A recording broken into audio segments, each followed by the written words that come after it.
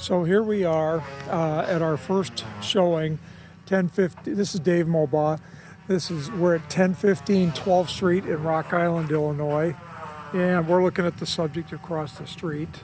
And I'll give you a look here on both sides of the property.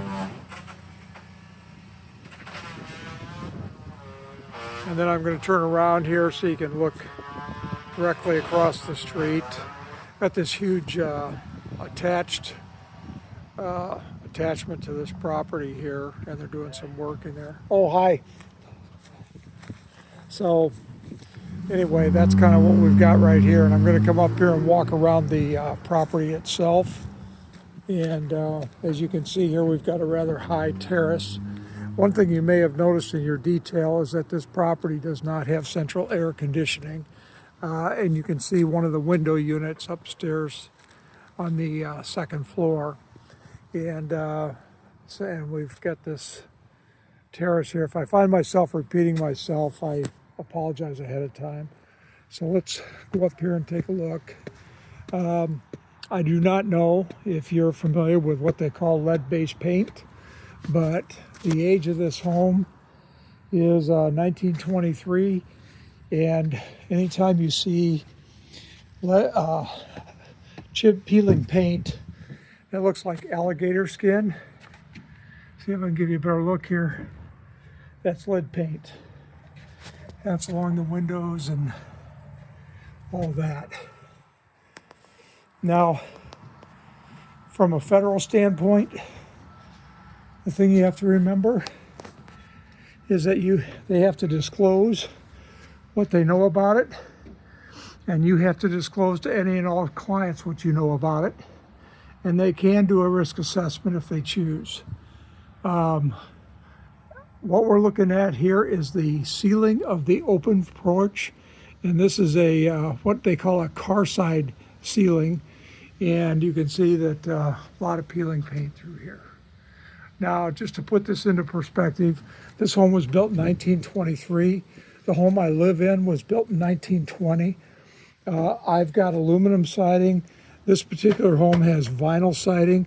So the vinyl siding, at least on the front here, on the side, it's all peeling wood siding. So that's one thing to kind of keep in mind. And we'll walk around to this side and see if we can get a look at the backyard. I would also bring to your attention that we've got some decking on this front porch that probably is in need of repair, and in a lot of cases might be in need of replacement. So I'm just going to try to give you the best look I can here. We've got a lot of glare during this time of day. The soffits, or the part coming down there, those are all in need of painting and scraping and painting and that kind of thing. There's another window air conditioning unit up here on the second floor. And it looks like we've got some form of block foundation here from what I can see. Or I don't know. It could be a stone foundation too, especially my foundation is stone, limestone. Now this indicates to me that there's some kind of a high efficiency unit down there, and the listing indicates that this thing is a high efficient, or it indicates that there's a brand new boiler in there. And I've got boiler steam heat, or hot water heat if you will, and mine is high efficiency, just like, and I'm assuming or hoping that this is high efficiency. Keep in mind, we've got 4 people sharing the furnace. So you have to build that into the rent. So that's something to kind of keep in mind on these. Let's see what else here. We're looking at the backyard here, and they had mentioned in here that there is a one-car garage. And in our climate, in our part of the city here, you can see that there's what they call alleys to the back where you can access the property from the back, and we'll go back there and take a look. But you can see that the roof on this particular shed, garage, whatever you'd like to call it, is it's in extremely poor condition. And I don't think they're using it to store vehicles necessarily. And it could be that the owner is storing stuff in there for all I know. The door handle looks fairly new on this door. Now as far as the roof on the main part of the house, it would appear to me, let me see if I can get a better look here. The shingles are flat. They're laying flat. It looks like an architectural type shingle. So just from looking at it from this standpoint here, it does not look too awfully bad. But boy, that roof has a lot of different angles and things like that to it. And so the more angles and valleys and that kind of thing on a roof, the more cost there is as far as replacing it. So just we'll take a look down here in the alley and see how you feel about that. So here's across the alley, and you can see this, there's a home over here that's boarded up on the back.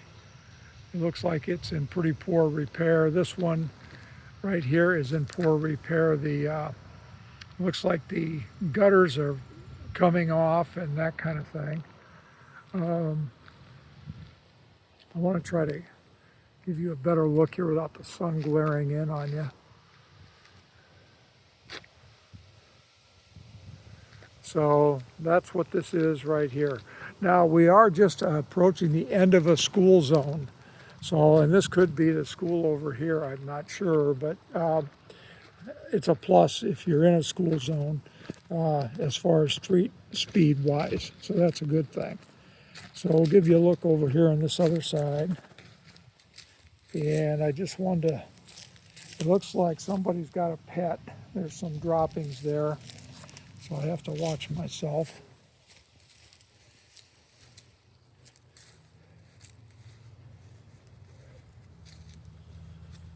So here's the side of it here. Now this lot is 38 by 146. I've always felt comfortable with lots that are minimum 40 foot wide, and that's because of just being able to rebuild a property if you'd have a catastrophic thing where the thing burnt down. Less than 40 feet creates problems for trying to restore a similar structure. So anyway, that's kind of where I'm at on this, and we'll conclude and start going through these individual units. And I can see where this block foundation here needs some tuck pointing and that kind of thing. Okay.